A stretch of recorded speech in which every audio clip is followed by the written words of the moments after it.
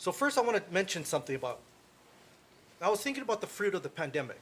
You know, when we think about what do we feel about this pandemic? And the thing I bring up is my dad. When my dad had injured animals or animals that were dying, my dad was very good. He was a very nature botanist and almost like a veterinarian guy. He was a country boy. At the same time, he loved hunting, things like that. But let me tell you, my father was so comforting when it came to his animals, so kind, so humbling, that the animals themselves did not even recognize they were injured or dying. But let me tell you about this pandemic. It is the fruit of fear, loneliness, and humongous anxiety.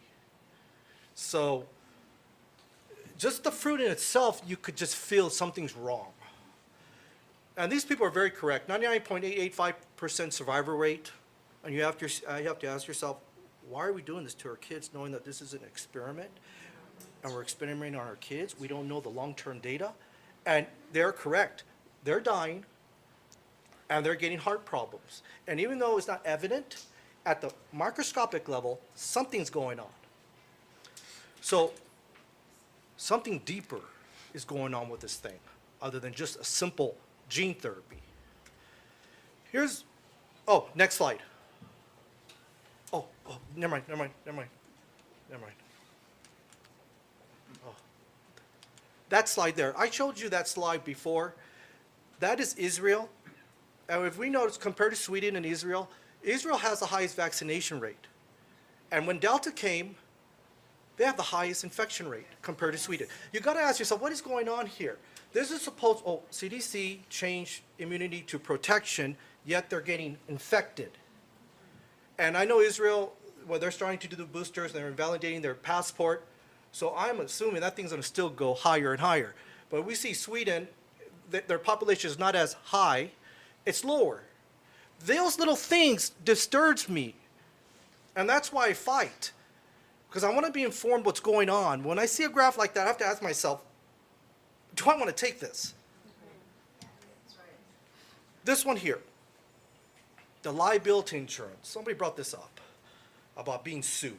Number one, the board member acted with willfully criminal misconduct, gross negligence, the recklessness or consciousness flagrant indifference to the harmed person's rights to safety.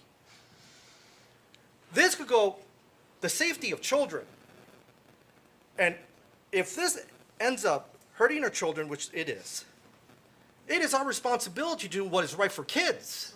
Right. Not to go and start saying things like, I'm going to be sued, because there is safety involved right now. So that is our liability protocol 9268, and right there, number one says, we have, as leaders, we need to pay attention to that safety thing.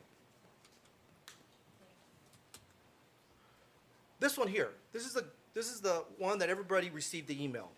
I say this because this is what this dude wants. But at the bottom it says medical reason and personal beliefs. And I think somebody brought up that.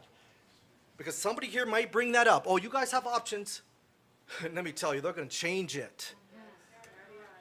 SB, I put, 77. yeah.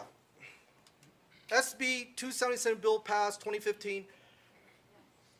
A beautiful woman mentioned this thing, and it says, a bill eliminated the exemption from existing specified immunization requirements based upon personal beliefs, but will allow exemptions from future immunizations required deemed appropriate by the state of public for either medical reasons or personal beliefs. So with this COVID, yes, you could medical reason, personal beliefs, but like she stated, there's a senator that wants to remove that bill. And the IEPs are exempt altogether from all vaccines. Here are the three things that we have tried. The first one was a resolution for masks. That was turned down. That one was the vaccine mandate. That was turned down. And then this one here, that was rejected by the president. That was the Nuremberg Code. And that is based on this experiment that we're doing, just like the masks, because we don't know what the outcome is. Kids wearing it for hours, just like the gene therapy. It is an experiment. And let me tell you, those people that commit these things, they're going to get hunted down because we are responsible for people that are defenseless. And pretty much. So I placed those three that, and I'm bringing this up because you're right. Don't go away. And at the end of the day, when your gut tells you, you start recalling because we only have so much time. Because I don't know what's going to happen in July or so forth. The contract may change or so forth, but you got to start acting, okay? So this is so paramount. This is so paramount. And I'm going to explain to you why. Because if you look at New York, the movement of teachers, replacing them to National Guard, then you have to ask yourself, okay, National Guard, real cool stuff. But at the end, they're going to start doing checkpoints. At the end, they're going to do contract tracing. At the end, they're going to take you out because your neighborhood is infected. I'm telling you, you see the direction this is going, and it's not pretty. And it's coming this way to California.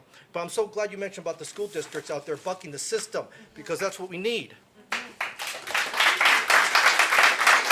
This one here. I've been called misguided 3 times. You know, it's so difficult to be misguided when you start paying attention to this. You know, I'm a very solitude person. I pretty much don't have any friends, maybe one. I'm an introvert, and that's how I like it. And so I reminisce, and I mention I have my love of my life. So I'm going to quote. I'm not going to quote. I can't do that.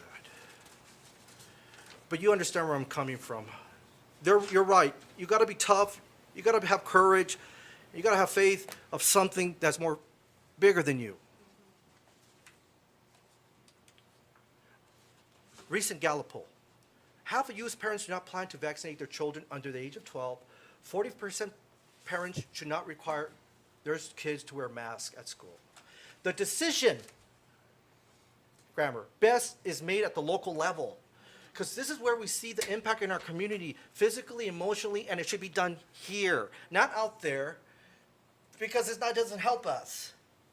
So it has to happen here, and that's what you guys are doing, right? You're here.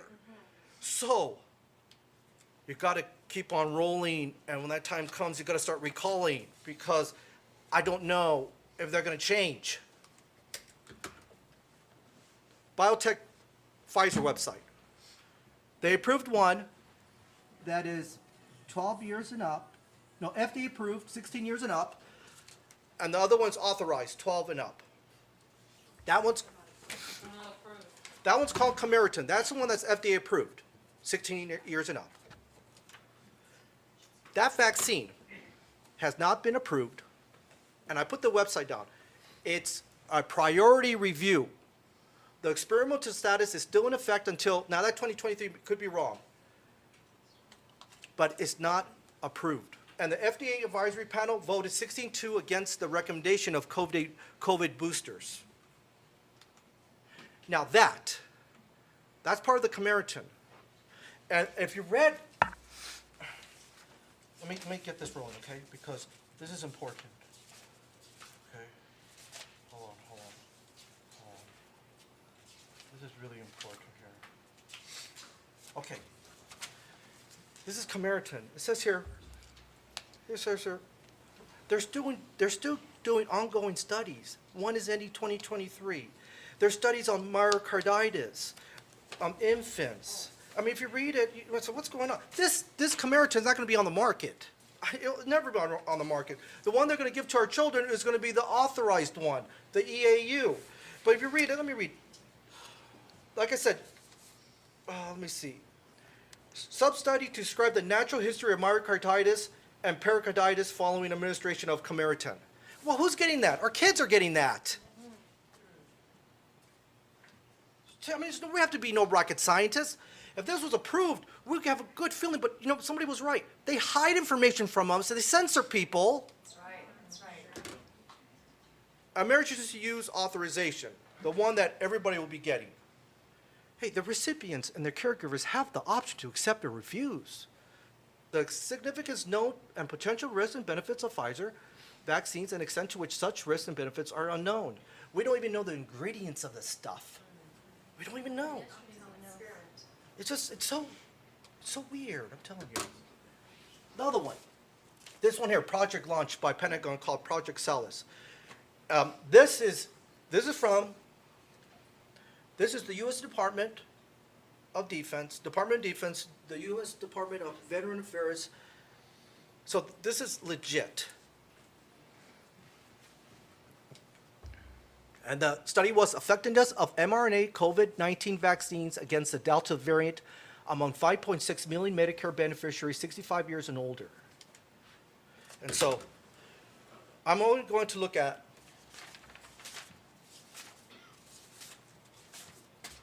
this one here, that picture there. I know it's kind of hard to look at. One is vaccine effectiveness. Both mRNA vaccines appears to wane over time in this large 5.6 million. One is prior COVID infection has a major protection effect against breakthrough hospitalization, and the other one is subgroups. So here it is. We looked at Israel, same shape. And you notice the straight line? Those are the unvaccinated folks. The rest are vaccinated. And look, it goes up as Delta increases. And then same thing here. 5 months, you wait 5 months, it's higher. Okay, it's higher. Now that one is interesting. This is breakthrough hospitalizations. This is like comorbidities. Number 2 is Native American. And as you scroll down, you got Hispanic. And a little bit down, you got African Americans. This virus discriminates because this virus is a bioweapon, whether it was out by accident or was deliberate. But let me tell you, it is destroying the whole world, and we're going into a new system. That's for sure. This one here. This is not peer reviewed. This was San Francisco. And it says antibody resistance, 48% is unvaccinated, 78% fully vaccinated. Who gets more infection? 85% fully vaccinated, unvaccinated 77%.